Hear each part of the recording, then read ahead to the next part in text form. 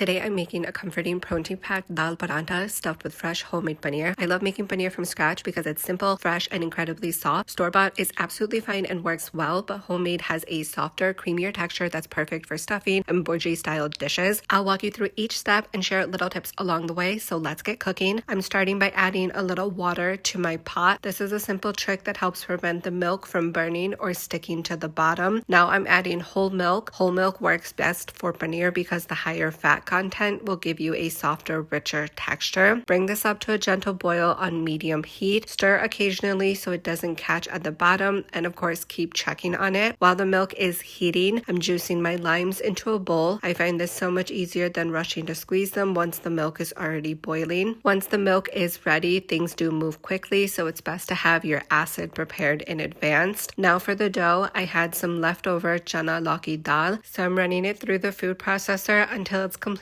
smooth. Since I'm making stuffed parathas, I'm not adding extra spices to the dough. The stuffing will bring all the flavor. If I were making plain dal paratha, I'd add a few more spices directly into the atta. Now slowly mix the smooth dal into the atta, adding it little by little instead of all at once. This helps you control the moisture and prevents the dough from becoming too sticky too quickly. Different dals hold different amounts of water, so gradually mixing gives you better texture control. Add a little oil also. This helps create a softer, more pliable dough and keeps the parathas tender after cooking. Mix gradually and knead until you get a smooth, soft dough. You don't want it too tight or too sticky, just soft and elastic. If it feels dry, add a teaspoon of dal or water at a time. If it's too sticky, a light dusting of atta will balance it all out. Once your dough comes together, cover it and let it rest while we finish the paneer. Resting relaxes the gluten, making the parathas easier to roll and softer when cooked. As you can see, I didn't end up using all of the dal I processed. That's exactly why it's important to add the dal or any liquid gradually when making the dough. You might not need it all, and adding too much at once can make the dough too sticky. Before the milk curdles, I'm setting up my strainer lined with cheesecloth. Always prepare this in advance because once the milk splits, you want to strain it immediately. The milk is ready. It's come to a gentle boil, so we turn the heat down, or you could turn it off and slowly add the lime juice, moving it and stirring around the pot. Don't pour it all into one spot. Distributing it helps the milk curdle evenly. You'll see the curds separate from the greenish whey. That's exactly what we want. Now carefully pour everything into the cheesecloth lined strainer, and don't throw away the whey. Whey is full of protein and nutrients. You could use it to knead dough. You could add it to soups, dals, curries, or even blend it into smoothies. It adds nutrition and reduces waste, which I love. Gather the cheesecloth and gently squeeze out the excess liquid.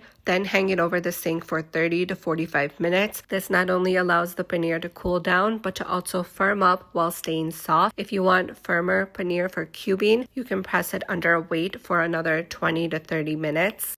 Once the paneer has cooled down, it's time to make the stuffing. We'll add all of the spices listed in the description box, along with finely chopped onions and fresh coriander into a bowl. Crumble the paneer into the mixture. I like to mix it gently with my hands. This helps the paneer absorb the spices evenly and ensures every bite is perfectly coated. Using your hands also keeps the texture nice and soft, which is exactly what you want for stuffed parathas. Now that our fresh paneer and dal atta are ready, we're set to roll, stuff, and cook these wholesome parathas. To assemble the parathas, take a generous portion of dough, slightly larger than a golf ball. Roll it between your palms until smooth. If the surface has cracks, smooth them out now. That helps prevent tearing later. Lightly dust with flour and roll it into a small flat disc about 3 to 4 inches wide. Now place the dough in your palm and gently cup your hand to create a little bowl shape. This makes stuffing so much easier and keeps everything centered. Add a generous amount of paneer stuffing. Don't be shy here. Just make sure the stuffing is evenly distributed and not clumped to one side. Now carefully bring the edges together and pinch to seal at the top. Make sure it's completely sealed, otherwise the stuffing can poke out while rolling or cooking. If you notice extra dough at the top, you can pinch off a little. That helps keep the thickness even. Gently flatten the stuffed ball with your fingers first. This helps spread the filling evenly before using the rolling pin. Now roll slowly and evenly, turning as you go. Use light pressure. Let the dough stretch naturally. If you press too hard in one spot, the stuffing can break through. A little dusting of flour or atta is fine when rolling, but don't overdo it because too much dry flour or atta can make the paratha tough. Place the rolled paratha onto a hot tawa or pan. The pan should be preheated. Medium heat is perfect. If it's too hot, it will brown too quickly and stay raw inside. Too low and it'll dry out. You'll start to see small bubbles forming. That's your sign to flip. Flip it and cook the other side. Once you see light golden spots, now is the time to add ghee or butter. Spread a little on top, flip again, and add some to the other side. Press gently with a spatula, especially around the edges so it cooks evenly. And that's it. Warm, golden, stuffed dal paneer parathas. You can enjoy them just as they are because they're already packed with flavor, or serve with some achar for a spicy kick, or my personal favorite, cool creamy raita to balance the warmth and richness. Comfort food at its best and the perfect breakfast or lunch meal. It also packs well for tiffins and lunch boxes. It's stuffed and soft inside so it stays tender even after a few hours, making it a wholesome, satisfying option for busy days. If you enjoyed this cooking video and this recipe and you found all of these tips helpful, don't forget to like this video, subscribe to my channel, and follow for more simple, nourishing recipes made from scratch. I'll see you in the next one.